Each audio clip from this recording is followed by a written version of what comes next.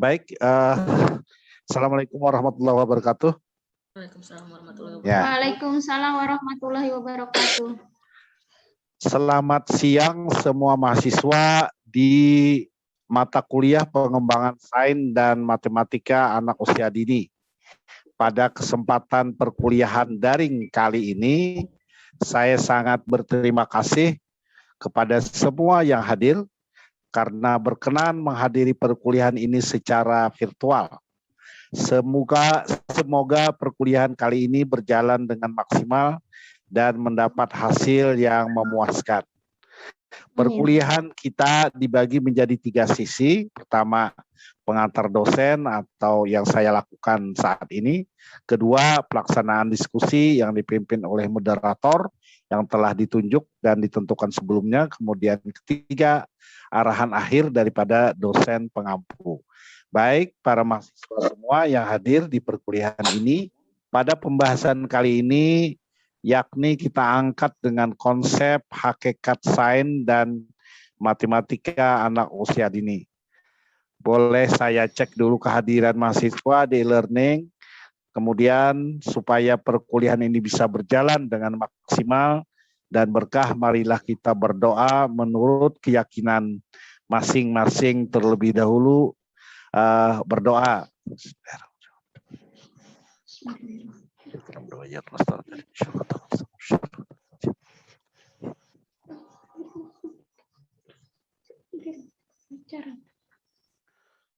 Amin. Supaya tujuan perkuliahan ini adalah mengidentifikasi konsep hakikat sains dan matematika anak usia dini.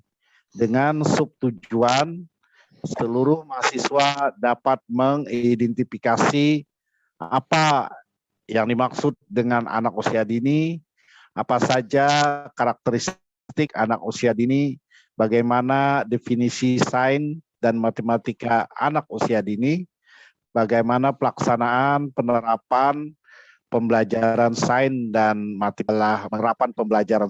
matematika anak usia dini. Baik, selanjutnya untuk menyingkat waktu saya persilahkan kepada moderator untuk memimpin pelaksanaan diskusi pada hari ini. Waktu dan kesempatan saya berikan.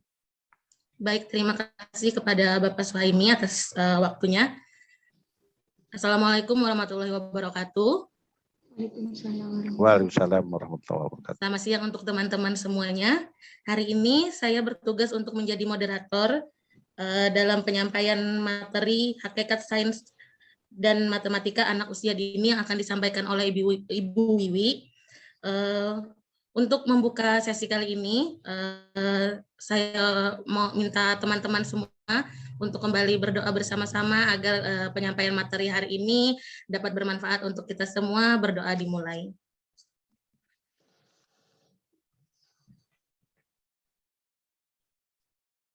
Amin ya rabbal alamin.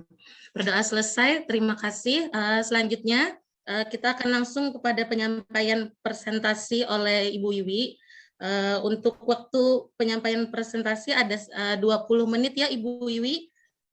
Silakan Ibu Wiwi, saya beri waktu dan tempatnya untuk dipergunakan sebaik mungkin. Silakan. Ya, terima kasih Ibu Laila. Assalamualaikum warahmatullahi wabarakatuh. Waalaikumsalam warahmatullahi wabarakatuh. Terima kasih atas kesempatan yang diberikan. Hakikat sains dan matematika dini. Latar belakang pendidikan anak usia dini adalah salah satu upaya optimasi tumbuh kembang bagi anak sejak lahir sampai dengan usia 6 tahun yang dilakukan melalui pemberian rangsangan pendidikan sehingga dapat dicapai pertumbuhan dan perkembangan jasmani dan rohani anak memiliki kesiapan dalam memasuki pendidikan lebih lanjut. Dalam hal ini sesuai dengan Undang-Undang Republik Indonesia Nomor 20 Tahun 2003 tentang Sistem Pendidikan Nasional pada pasal 1 ayat 14 menyatakan bahwa pendidikan anak usia dini PAUD adalah sesuatu upaya pembinaan yang ditujukan kepada anak usia dini sejak lahir sampai dengan usia 6 tahun yang dilakukan dua melalui pemberian rangsangan pendidikan untuk membantu pertumbuhan dan perkembangan jasmani dan rohani anak agar anak memiliki kesiapan dalam memasuki pendidikan lebih lanjut. Di sini kita bahwa pendidikan anak usia dini itu adalah salah satu upaya optimalisasi tumbuh kembang bagi anak sejak lahir sampai usia 6 tahun yang disebut dengan masa atau golden age atau masa keemasan. Ya, lanjut. Tujuan dari pembelajaran ini yaitu mengetahui anak usia dini, mengetahui karakteristik anak usia dini sesuai usia, untuk mengetahui definisi sains dan matematika anak usia dini, mengetahui pelaksanaan penerapan pembelajaran sains dan matematika, mengetahui metode dalam penerapan pembelajaran sains dan matematika usia dini. Lanjut. Pembahasan di sini anak usia dini secara umumnya yaitu dalam peraturan Presiden nomor 60 tahun 2013, anak usia dini adalah bayi yang baru lahir hingga anak-anak yang belum genap berusia 6 tahun dalam pemantauan tumbuh kembangnya. Kelompok usia ini dibagi lagi menjadi janin dalam kandungan sampai lahir sampai dengan usia 28 hari, usia 1 sampai 24 bulan, dan usia 2 sampai 6 tahun dari segi pendidikan. Usia anak usia dini ini merupakan masa keemasan dalam perkembangan otak dan sehingga si kecil harus diberi rangsangan atau stimulasi yang tepat. Oleh karena itu orang tua wajib memahami karakteristik anak usia dini demi memastikan anak tumbuh dan kembang secara optimal. Di sini kita bahwa anak usia dini itu secara umum yaitu 0 sampai 6 tahun. Di teorinya Montessori dalam menyatakan bahwa pada rentang usia sampai 6 tahun anak mengalami masa keemasan yang merupakan masa di mana anak mulai peka atau sensitif untuk menerima berbagai rangsangan. Ya. B, itu karakteristik anak usia dini berdasarkan usia. Di sini ada usia 0 sampai 1 tahun. Kategori usia ini adalah bayi dengan pertumbuhan fisik yang pesat, begitu pula kemampuan dan keterampilan dasar yang dipelajarinya. Ini seperti memiliki keterampilan motoriknya seperti berguling, merangkak, duduk, dan berdiri. Kemampuan panca inderanya juga merupakan atau mengamati, meraba, mendengar, mencium, dan mengecap dengan memasukkan setiap benda ke dalam mulutnya. Berarti di sini sains pada anak usia 0 sampai dia hanya meraba, mengecap aja ya, memasukkan sesuatu ke mulutnya. Itu 0 sampai 6 tahun. Dan dia motorik halusnya dia bisa merangkak, duduk, dan berjalan. Nah, komunikasi juga dia komunikasinya masih sebatas non verbal ataupun verbal, seperti mama, dia bisa menyebut mama, papa, mama. Ya. Usia anak 2 sampai 3 tahun. Kelompok ini adalah balita yang disebut dengan aktif, senang anak mulai belajar mengembangkan kemampuan bahasa. Ya, di sini anak mulai, kalau sains dia berkaitan dengan sains, di sini anak sudah mulai mengenal, ya, mengenal itu permainan sains. Dengan dasar permainan sains seperti sebab akibat terjadinya hujan, ya itu 3 tahun biasanya umur mulai mengenal ya, mengenal ya. Lanjut. Nah, ini anak juga sangat aktif, ini masih usia 2 sampai 3 tahun tadi. Anak perkembangan bahasa semakin baik dan mampu mengungkapkan pikirannya. Perkembangan kognitif, daya pikir anak sangat pesat. Lanjut. Definisi sains, ini ada definisi sains dan matematika anak usia dini. Definisi sains adalah produk atau hasil dari proses penyelidikan ilmiah yang dilandasi oleh sikap dan nilai-nilai tertentu. Menjelaskan sains adalah produk dan proses sebagai produk. Sains merupakan batang tubuh pengetahuan yang terorganisir dengan baik mengenai dunia fisik dan alami. Sebagai proses sains merupakan kegiatan mengamati dan melakukan percobaan. Ya, di sini sains usia mulai dikenalkan melalui percobaan atau eksperimen, ya, seperti eksperimen kalau gula dicampur dengan air dicampur dengan gula, ya akan larut, dan itu suatu percobaan atau eksperimen, ya, akan berubah warna, akan air dicampur dengan susu gitu maksudnya, ya, atau teh dicampur dengan air akan berubah warnanya. Matematika adalah suatu yang berkaitan dengan ide-ide konsep abstrak yang tersusun secara hierarkis melalui penalaran yang bersifat deduktif, sedangkan matematika di PAUD adalah kegiatan belajar tentang konsep matematika melalui aktivitas bermain dalam kehidupan sehari-hari dan bersifat ilmiah. Untuk sains, untuk matematika di sini, kalau PAUD, dia hanya mengenalkan atau dia kurang lebih dan mengenalkan angka juga ya dengan cara bermain, melalui bermain. Ya. Pelaksanaan atau penerapan pembelajaran sains dan matematika anak usia dini. Dalam bidang kognitif yang harus dikembangkan mulai dari konsep bentuk, warna, ukuran bilangan, lambang bilangan, huruf, dan sains. Kompetensi dasar yang harus dimiliki anak dalam bidang sains adalah kemampuan mengenal berbagai konsep sederhana yang berkaitan dengan kehidupan sehari-hari yang dialaminya. Ya, di sini ada pengenalan matematika untuk sehari-hari yang dialaminya dalam sehari-hari, jadi mengenal lambang bilangan, ukuran, warna juga. Itu konsep dan bentuknya. Seperti mencoba dan ceritakan apa yang terjadi jika warna dicampurkan. Ini sains ya, ini sains. Kalau di warna dicampurkan, benda akan berbentuknya apa? Benda yang dimasukkan ke dalam air terapung dan tenggelam, juga sains. Dan mencoba membedakan bermacam-macam rasa, bau, dan suara. Lanjut. Metode dalam penerapan sains dan matematika di anak usia dini. Itu metodenya pembelajaran yang sesuai dengan karakteristik anak usia dini, yaitu metode bermain, metode karya wisata, metode bercakap-cakap juga, metode bercerita, demonstrasi, metode proyek, dan metode pemberian tugas. Ya, di sini sebelum, maksudnya di metode pembelajaran dalam matematika untuk usia dini, untuk PAUD, itu bisa melalui bermain, karya wisata, bercakap-cakap juga, bercerita, atau demonstrasi dengan ataupun pemberian tugas. Ini sains merupakan kegiatan penelusuri, mengamati, dan melakukan percobaan. Sedangkan matematika di pembelajaran AUD adalah kegiatan belajar tentang konsep matematika melalui aktivitas bermain dalam kehidupan sehari-hari yang bersifat ilmiah. Ya, terima kasih. Saya mohon untuk kritik dan sarannya ya. Baik, terima kasih Bu Wiwi. Atas kekurangannya ya. Ya, sama-sama Bu. Terima kasih banyak atas penyampaian materinya.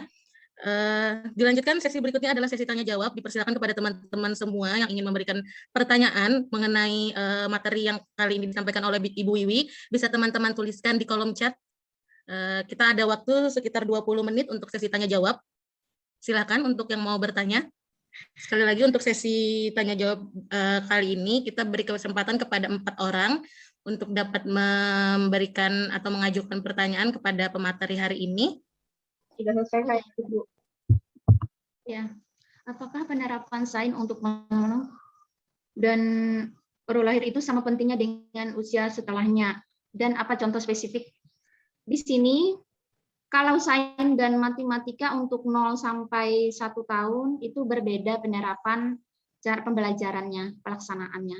Kalau usia anak 4 sampai 6 tahun itu usia TK ya, dia lebih konkret mengenai sains dan matematika. Kalau cuma menjelaskan dengan teori itu sangat susah untuk dipahami. Kalau dilakukan dengan cara praktek langsung atau percobaan itu akan memudahkan anak untuk memahami pelajaran sains dan matematika. Ya, itu Ibu Asmi. Bagaimana Ibu Asmi? Apakah jawaban dari Ibu Wiwi sudah dapat diterima dengan baik? Ya. Ya, cukup lumayan, Bu. Baik, terima kasih Ibu Asmi atas pertanyaannya. Silakan untuk pertanyaan kedua, dipersilakan kepada teman-teman. Berikutnya ada pertanyaan dari Ibu Hairunisa. Di slide ke-11 ada metode demonstrasi. Ya. Nah, metode demonstrasi itu bagaimana Ibu katanya? Bagaimana penerapan pada anak usia dini umur 4 sampai 6 tahun? Pertanyaan dari Ibu Hairunisa, silakan untuk dapat Ibu Wiwi jawab. Metode demonstrasi, ya. Iya. Ada 2 ini pertanyaannya Bu, dalam satu. Ibu Hairunisa ini menanyakan langsung 2 pertanyaan di dalam pertanyaannya. Oh iya ya. Nah, kalau metode demonstrasi ini kan, nah artinya demo, berarti melakukan sesuatu ya, tidak hanya menjelaskan aja, dia langsung melakukan dengan prakteknya, ya. Itu demonstrasi. Kayak seperti gini, kita melakukan percobaan mengenai perubahan warna, ya. Kita masukkan satu warna, setelah itu kita masukkan lagi warna yang lain. Nah, kita masukkan lagi warna, umpamanya ini, kita masukkan warna merah, warna hijau, ya. Kita akan memasukkan itu dan kita aduk sehingga warna itu akan menjadi apa, gitu kan? Itu demonstrasi, ya. Atau kita melakukan percobaan sederhana, ya, percobaan sederhana seperti kita membuat susu, ya. Nah, susu akan air putih dicampur dengan susu akan berubah jadi apa airnya, gitu, ya, demonstrasi. Ini tadi yang satu apa ya? Pertanyaan. Bagaimana penerapannya Bu pada anak usia dini di umur 4 sampai 6 tahun? Oh, cara penerapannya. Kita Ya. melakukan dengan cara praktek atau uji coba, ya.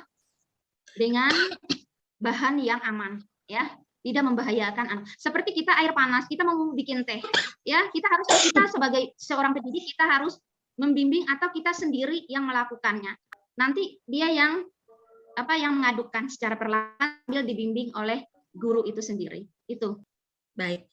Mungkin tadi kalau untuk metode demonstrasi itu maksudnya kita mencontohkan dulu ya Bu ya. Ya, yang mencontohkan. Ya, anak-anak memperhatikan bagaimana ibu guru, baru kemudian anak-anak mencontohnya, begitu ya? Iya. Iya, terima kasih Ibu Wiwi. Bagaimana Ibu Hairunisa atas jawaban dari Ibu Wiwi? Apakah sudah jelas? Bu, terima kasih Bu, jelas sekali. Baik, terima kasih Bu Hairunisa. Silakan kepada teman-teman, masih ada waktu. Kalau nggak ada yang bertanya, Bu Wiwi, saya boleh bertanya Bu Wiwi? Boleh. Baik, nah bagaimana, ini Bu, saya ada juga membaca di slide 11 tadi, kan ada tuh metode pemberian tugas. Iya, pemberian tugas. Nah, sedangkan untuk setahu saya kan ya, untuk anak usia dini kan kita tidak bisa memberikan tugas-tugas yang berat gitu kan ya. Iya, benar. Apakah Ibu bisa memberikan salah satu contohnya, contoh sederhana untuk pemberian tugas dalam kegiatan sains dan matematika untuk anak usia dini? Terima kasih. Oh iya, sama-sama. Ya, coba saya jawab ya. Mudah-mudahan membantu. Nah, di sini kalau pemberian tugas ya untuk sains dan dia kan melakukan langsung percobaan ya, pemberian tugas. Nah, ini ditugaskan melakukan tentang penerapan sains. Sedangkan matematika dia melakukan cara umpamakan gini. 1 permen ini ditambah 1 permen ini, maka permen itu akan menjadi berapa? Itu kalau matematika. Ya. Itu langsung kita kasih tugas. Kita kasih permen, ya. Permen ada berapa buah? Umpamakan permen ini permen ada. Ini permen 1 ini ditambah permen 2 ini akan menjadi berapa? Nah, 1 permen digabungkan jadi 1 digabungkan yang sama 2 tadi sehingga permennya ada jumlahnya berapa. Nah, gitu. Jadi kita berikan tugas dia untuk menghitung, ya. Itu kalau matematika. Kalau sainsnya dia bisa melakukan percobaan dengan kita sebelum kita beri tugas kita kasih contoh dulu untuk dia. Nah, gitu. Baik, terima kasih Bu Wiwi atas jawabannya. Baik teman-teman, apakah ada lagi yang ingin bertanya? Dipersilakan, kita masih punya. Iya. Ya, Bu Vera. Bu Vera boleh sambil dituliskan pertanyaan di kolom chat ya untuk saya copy lagi nanti untuk dokumentasinya. Iya. Kayaknya kolom chat saya ini error, Bu. Jadi Oke, baik, silakan Ibu. Ya, Ibu Wiwi, saya mau bertanya sama Ibu. Bagaimana meningkatkan ya Bu, bagaimana cara meningkatkan keterampilan proses sains pada anak usia dini itu seperti apa ya Bu? Oh, meningkatkan keterampilannya Bu, meningkatkan keterampilan pada anak usia dini. Iya, tapi dalam bidang sains. Oh iya ya. Oh, dalam bidang sains. Terima kasih Bu Vera. Ya. Terima kasih Bu Vera, saya akan jawab ya semampu saya. Yalah. Nah, ini untuk meningkatkan keterampilan sains, terutama sains untuk anak-anak. Nah, kita tidak hanya melakukan teori saja. Kita harus melakukan percobaan dan percobaan ya, dengan bahan yang aman juga ya. Itu akan meningkatkan pengetahuan anak, keterampilannya juga ya mengenai sains. Oh, kalau sebab akibat juga kita terangkan juga untuk dia seperti terjadinya hujan, kenapa terjadinya hujan ya, atau kita memberi kayak telur itu Bu Vera, kita kan meningkatkan pengetahuannya dia nggak tahu kan kalau telur direndam di dalam air akan mengapung kan, gitu ya. Kita sambil jelaskan juga ya, itu Bu Vera. Terima kasih. Baik, bagaimana Ibu Vera atas jawabannya Ibu Vivi? Ya Bu, terima kasih Bu. Ibu Wiwi. Baik. Ya, apa saya tambah? Iya, baik. Terima kasih kepada teman-teman. Waktu tinggal beberapa menit lagi untuk sesi tanya jawab. Untuk terakhir saya beri kesempatan kepada teman-teman semua. Apakah ada lagi yang ingin memberikan pertanyaan? Oke, baik. Ada satu lagi Ibu Wiwi terakhir ya, Ibu Wiwi ya pertanyaannya ya. Oh iya. Baik, Ya, dari ada nih di chat nih. Apa nih? Iya, dari Ibu Muntia Sari. Menurut Ibu, bagaimana pemberian metode yang tepat pada anak usia 2-6 tahun yang untuk yang dapat Ibu jawab? ya. Itu pemberian sain yang ini ya. Saya pernah melakukan sain atau percobaan terjadinya tanah longsor. Nah, itu saya kasih kayak berbentuk apa? Alatnya itu seperti apa ya? Kayak gunung gitu. Saya kasih ada tanah. Kalau untuk anak yang hiperaktif, dia biasanya nggak mau diam. Ya. Dia kepinginnya bermain, bergerak ya. Itu biasanya mau dia. Itu saya kasih dia untuk bermain terjadinya tanah longsor. Saya kasih tanah itu, saya suruh dia siram tanah yang tanpa ada tanah aja yang tanpa ada tanamannya. Nah, maka akan terjadinya tanah longsor. Ya. Dan lagi saya akan kasih dia, saya kasih tahu dia. Ini gimana, saya tanya dia. Nah, bagaimana Nak? Saya bilang gitu kan. Nah, apakah kalau disiram air atau terjadinya hujan ini tanah ini merosot nggak? Iya merosot bilangnya. Nah gitu kan menambahkan juga pengetahuannya dia. Jadi saya kasih lagi di tumpukan lain tanah yang ada rumput-rumputnya. Iya, saya kasih. Ini saya nggak bekerja loh. Dia yang bekerja, saya suruh dia oleh yang anak hiperaktif itu dia ingin kerjanya sendiri.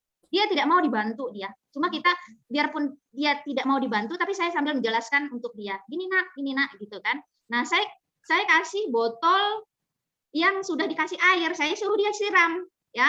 Saya kasih suruh siram. Gimana? Itu tanah bergerak apa enggak? Apa tanah itu longsor apa enggak? Nah, bilangnya enggak Bu Guru, tanahnya tetap. Nah, saya bilang gitu. Kenapa tanahnya tetap? Kenapa tanahnya tetap? Nah, saya bilang gitu. Kenapa dia tanahnya tetap? Coba anak Bu Guru kan kasih tahu Bu Guru gimana. Nah, dia nggak tahu Bu Guru kenapa. Nah, ini namanya ini tidak terjadinya tanah longsor ya, oleh ada apa di sini ada tanamannya ya. Ini namanya ini secara menggambarkan bahwa tanah ini ada tanaman dan tidak gundul ya, atau gunung-gunungnya ini ada tanaman, ada pohon-pohonnya sehingga tidak terjadinya tanah longsor atau erosi gitu saya kasih tahu. Itu untuk anak yang hiperaktif atau ya biar apa anaknya senang kan bermain sambil belajar gitu ya. Ya itu Bu jawabannya. Baik, terima kasih Ibu Wiwi. Mungkin saya nambahin sedikit untuk Bu Muntia. Ya. Untuk anak-anak hiperaktif itu sebenarnya kita bisa, yang pertama itu kita harus melakukan identifikasi dulu apa yang disenangi anak, apa yang menjadi fokus anak pada misalkan pada kegiatan kali itu, karena kan kadang anak hiperaktif itu fokusnya dia terfokus kepada satu hal saja kadang itu, atau banyak hal yang menurut dia menarik. Jadi pada satu hari kegiatan itu kita tidak bisa menerapkan harus metode ini enggak. Tapi kita ngelihat keadaan anak. Jadi Ibu harus kita belajar identifikasi sederhana aja Bu. Maksudnya tuh identifikasi sederhananya itu, oh hari ini keadaan anaknya seperti ini ya. Misalkan dia hari ini lebih senangnya pada mainan Lego misalkan gitu. Untuk hari itu Lego yang misalkan hari itu kita punya permainan Lego baru, dia lebih di situ aja. Kadang kan anak hiperaktif itu jiwa egosentrisnya tinggi kan ya. Dia nggak mau berbagi gitu apa. Nah, jadi dari situ kita bisa memasukkan kegiatan-kegiatan yang tepat seperti kegiatan matematika dari kegiatan yang dia yang terfokuskan pada hari itu gitu. Jadi dari permainan itu kita masukin untuk hakikat untuk pembelajaran, misalkan contohnya matematika pada hari itu gitu. Nggak apa-apa kalau keluar dari konteks rencana pembelajaran kita pada hari itu, tidak apa-apa untuk anak-anak seperti yang anak-anak hiperaktif. Begitu Ibu. Ya. Baik. Terima kasih Ibu moderator ya. Sama-sama Ibu, kita sama-sama sharing saja ya.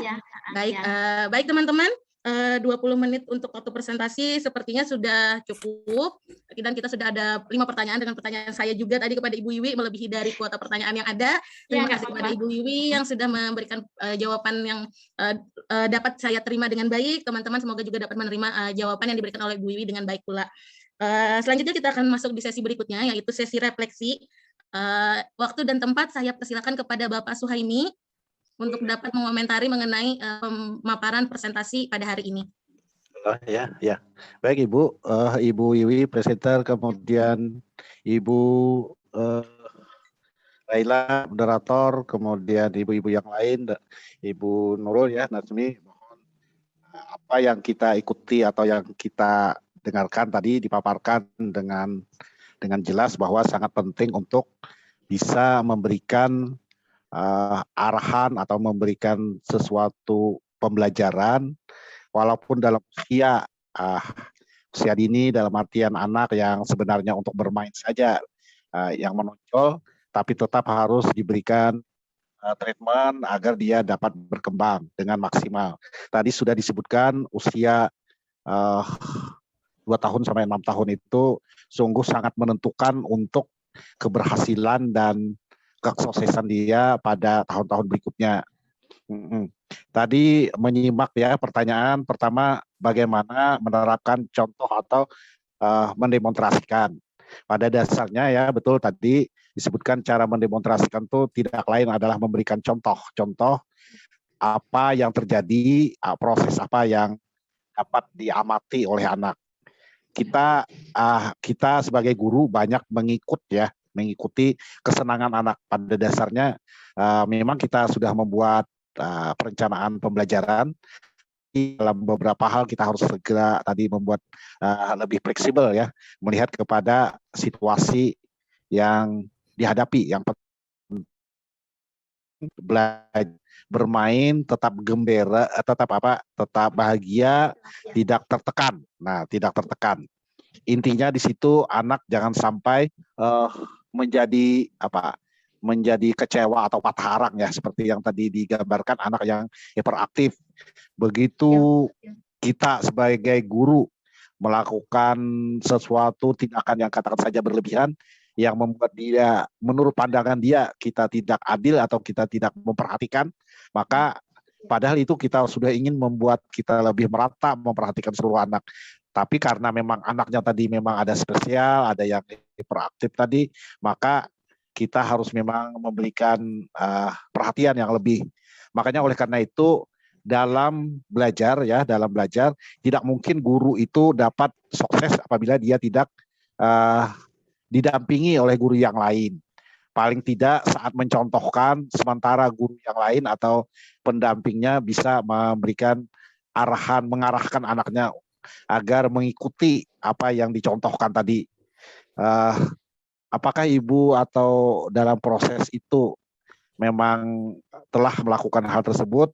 Karena memang setelah beberapa pengalaman ya, seorang pengajar di TK begitu, lebih optimal jika didampingi oleh guru, jadi 2 guru begitu minimal, karena memang teorinya ya anak itu kalau kita demonstrasi pasti ada yang tidak terarah, terutama yang hiperaktif tadi.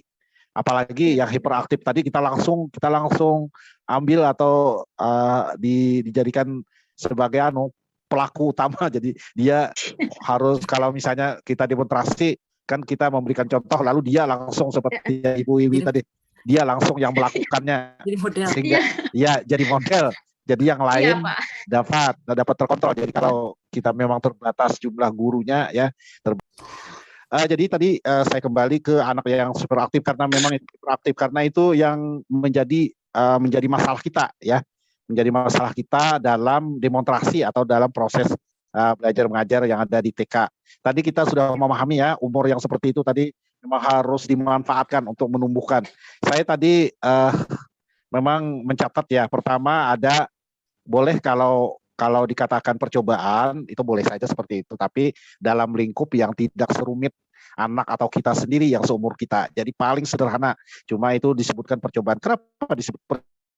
Karena dia melakukan Nah, jadi percobaan ini bukan berarti seperti anak SMA atau anak sudah kuliah, mahasiswa yang sudah kuliah, tapi melakukan dan menirukan apa yang dilakukan oleh guru itu yang disebut percobaan.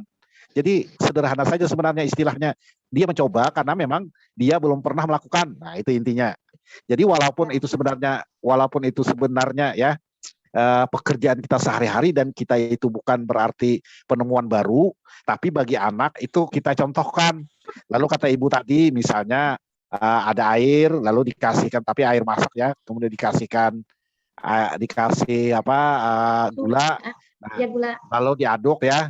Jadi kan gini, ada dua zatnya itu katakan dia perubahan bentuk. Tadi ada air itu kita tahu cair. Ini anak-anak, ini Ibu ini cair bentuknya bagaimana, ini adalah air ini benda cair. Kemudian ada gula katakan aja gula putih atau gula merah ya itu, tapi belum diinikan ya, gula putih tapi belum.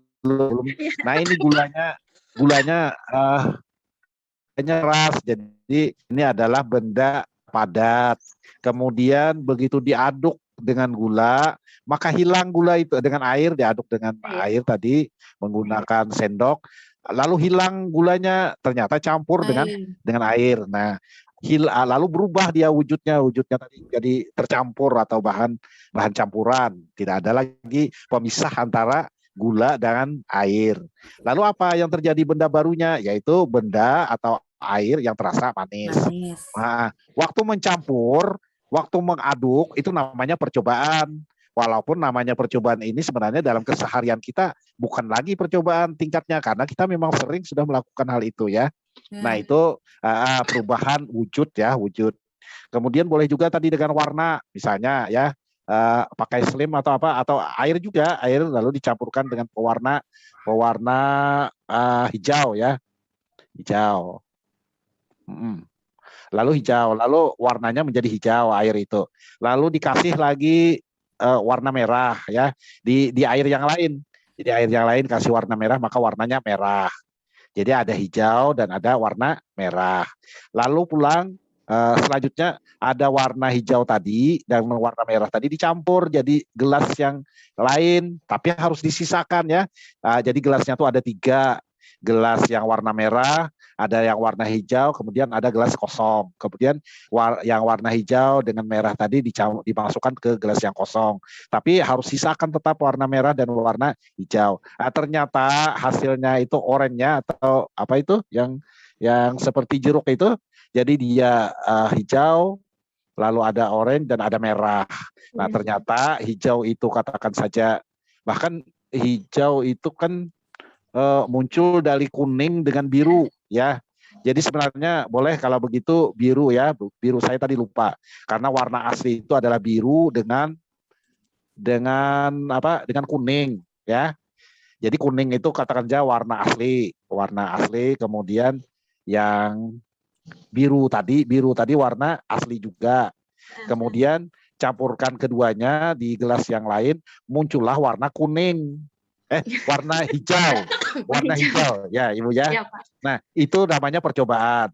Jadi pertama ada warna kuning. Kemudian sementara ada biru ya. Nah, lalu dicampurkan, lalu jadi hijau. Ya, air pelangi lah Pak lah contohnya. Enggak. Tadi kita buat 3 gelas. Gelas pertama kan kita kasihkan pewarna makanan warna biru. Kemudian gelas kedua kita masukkan warna kuning. Akhirnya ini anak-anak warna biru, ini anak-anak warna kuning. Nah, kalau begitu warna biru aslinya memang menciptakan warna biru. Kemudian warna kuning aslinya, warna kuning kan di pewarna makanan itu dimasukkan ke gelas yang ada airnya, maka terciptalah warna kuning ya. Nah, itu waktu dia mencampur ke biru, dia mencampur ke gelas yang warna kuning, itu sudah percobaan namanya ya, percobaan.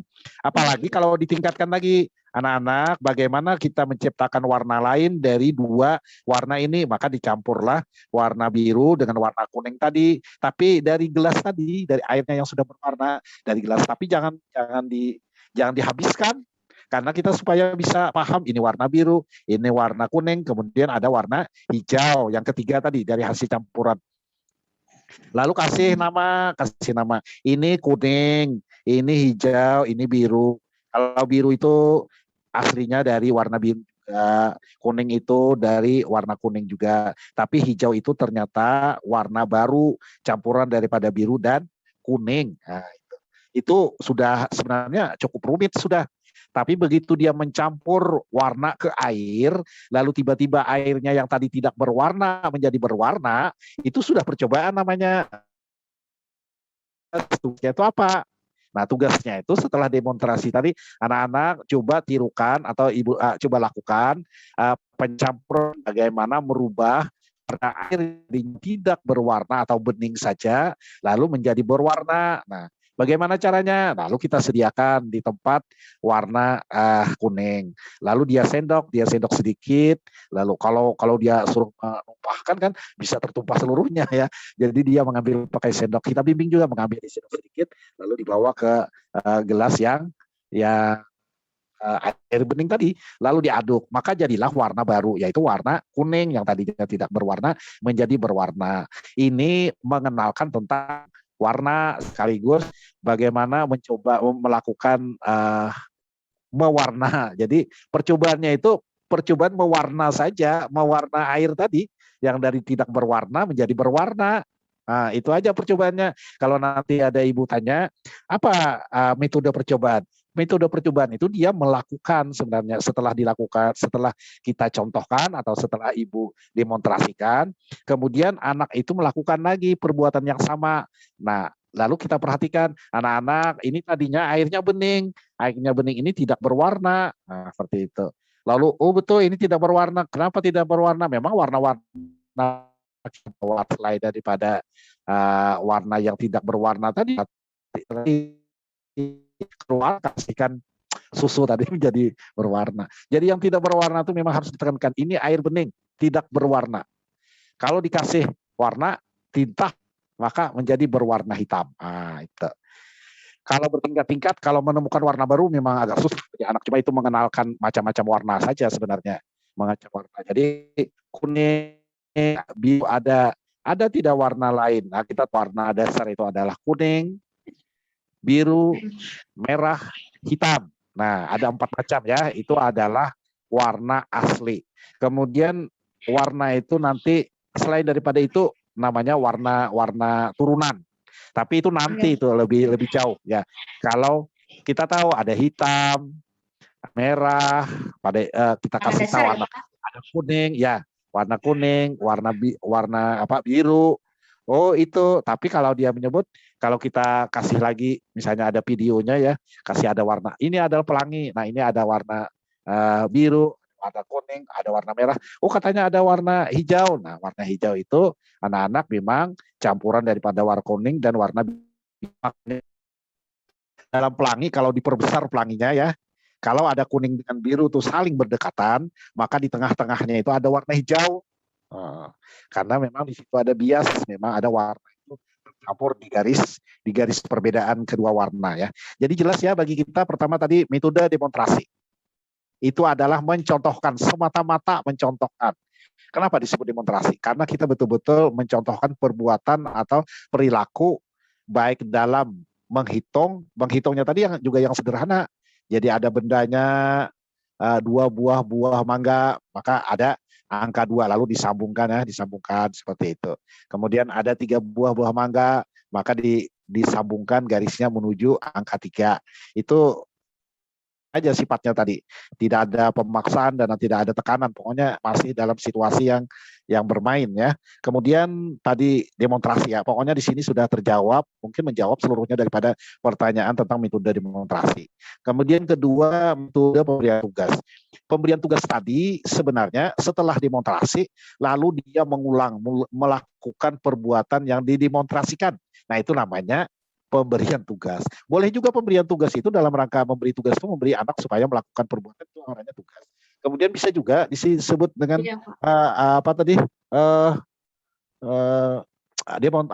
percobaan. Nah, percobaan juga memang dalam melakukan perbuatan yang mengulang demonstrasi itu juga percobaan sebenarnya sifatnya percobaan.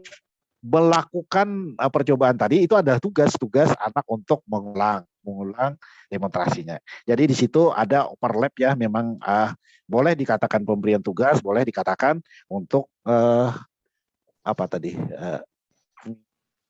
Demonstrasi apa, Ibu? Percobaan. Agak percobaan dan pemberian tugas ya. Percobaan. Tugas sebenarnya bisa disebut, dan juga karena lingkupnya dia tidak bisa bekerja sendiri. Kalau bekerja sendiri tanpa kita arahkan, ya mungkin pertama kita tidak jamin tentang arahnya bukan untuk mandiri, bukan untuk apa. Yang penting dia bisa mengikuti apa yang dicontohkan, tapi contohnya dalam lingkup yang sederhana saja. Juga tadi sudah menjawab tentang anak hiperaktif ya. Saya melihat di sini ada tentang metode demonstrasi, kemudian cara mencontohkan, kemudian kalau masih tentang kejadian erosi tadi, hujan sebagainya, itu masih itu anak yang sudah apa? Yang sudah mungkin itu gambaran anak itu adalah proses alam ya. Ternyata proses alam itu terjadi seperti itu. Jadi ada seperti dongeng saja sebenarnya, dia mengikuti alur cerita kejadian alamnya. Lalu kalau kita tahu bahwa di situ ada sains dan matematika. Matematika juga tidak seberapa rumit, dia bisa membedakan kelompok yang lebih besar, misalnya ada jumlah 3 telur, kemudian ada 2 telur. Bahkan kalau nanti dirubah bentuknya juga dihindari, jangan sampai berubah bentuk. Kalau misalnya bentuknya itu kita mau mau menghitung berapa bola, maka bola itu kasih warna-warna ya, kasih warna. Jadi bola itu beberapa warna sehingga dapat dibedakan berapa jumlahnya. Jadi memang arahannya tuh dengan warna tadi. Jadi misalnya ada temannya yang bawa kuning, ada hijau dan ada biru. Berarti anak itu pasti kalau dikasih 2, kuning dan hijau, pasti dia meminta lagi 1 yang biru. Nah, berarti bayangan dia sudah ada 3 harusnya benda yang dipegangnya. Kalau cerita tentang apa tadi, telur dimasukkan ke dalam air, lalu airnya telurnya mengambang, ini ya menjadi persoalan. Maksud saya persoalan itu kalau telurnya itu kalau telur masak itu pasti tenggelam. Nah, sekarang begini Ibu, telur itu Ibu sediakan dua air, karena telurnya kan telur yang ya, tapi yang mentah ya, yang mentah. Kalau masak udah kada bisa diprediksi, pasti tenggelam ya. Tadi mentah dan pokoknya kalau masak keduanya, kalau mentah keduanya. Ya. Kemudian dikasih tempat ya, tempat itu kalau bisa yang dapat diperhatikan. Jadi seperti gelas yang transparan ya, atau toples yang transparan. Nah, sekarang ada di situ airnya yang air biasa yang bening, kemudian satunya airnya dikasih garam. Jadi kalau begitu air garam ya. Nah, 2 macam air yang tidak biasa, kemudian dengan air garam. Lalu masukkan telur tadi. Nah, ternyata di air yang satu dia tenggelam, kemudian di air yang lain dia mengambang. Nah, dia mengambang. Karena apa? Karena di situ ada garam. Nah, begitu.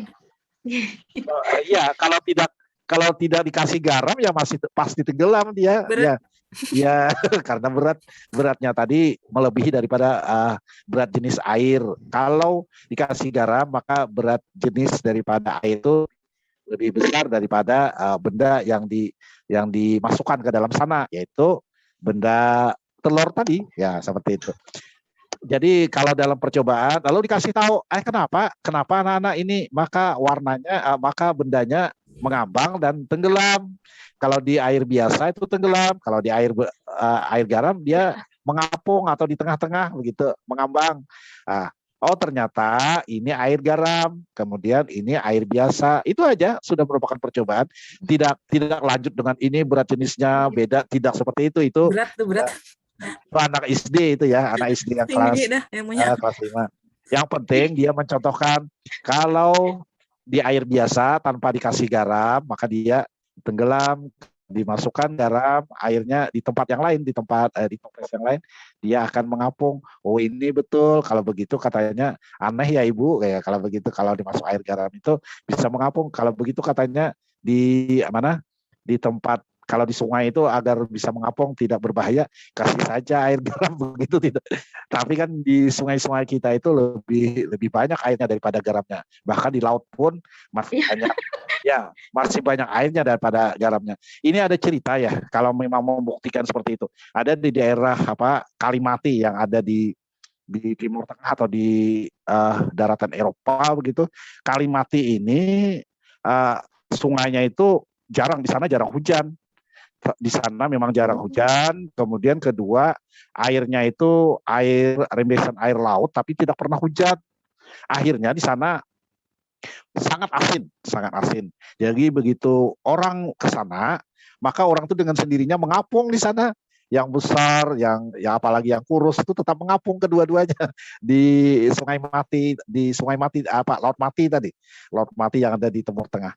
Ternyata dilihat ataupun diukur, ternyata di situ garamnya luar biasa, tidak pernah hujan. Tapi air lautnya tetap seperti itu. Kalau di air laut kita kan, misalnya kita ke laut atau ke Trisakti atau di mana ya yang laut kita, jangan coba-coba kalau terjun ke sana langsung tenggelam karena beratnya itu tidak sebanding dengan berat jenis garam yang ada. Itu Ibu tambahan atau di luar daripada konteks. Terima kasih sampai di sini. Saya kembalikan ke moderator. Terima kasih juga Pak. Baik, terima kasih Bapak atas tanggapannya atas penyampaian materi hari ini. Sesi selanjutnya adalah kesimpulan. Saya persilakan kembali kepada Ibu Wiwi untuk menyampaikan kesimpulan dari penyampaian materi hari ini. Silakan Ibu Wiwi. Ya, saya kasih kesimpulannya, yaitu saya merupakan kegiatan menelusuri, mengamati, dan melakukan percobaan. Sedangkan matematika di pembelajaran AUD atau anak usia dini adalah tentang konteks matematika melalui aktivitas bermain dalam kehidupan sehari-hari yang bersifat ilmiah. Ya, terima kasih semuanya, ya Pak.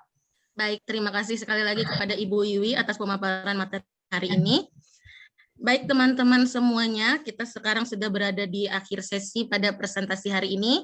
Saya selaku moderator mengucapkan banyak terima kasih kepada teman-teman semua atas partisipasi aktifnya dalam kegiatan hari ini. Dan juga saya sebagai moderator mengucapkan maaf apabila saya ada kesalahan kata selama saya memimpin untuk kegiatan presentasi hari ini. Akhir kata saya ucapkan terima kasih. Wassalamualaikum warahmatullahi wabarakatuh. Waalaikumsalam warahmatullahi wabarakatuh. Waalaikumsalam warahmatullahi wabarakatuh.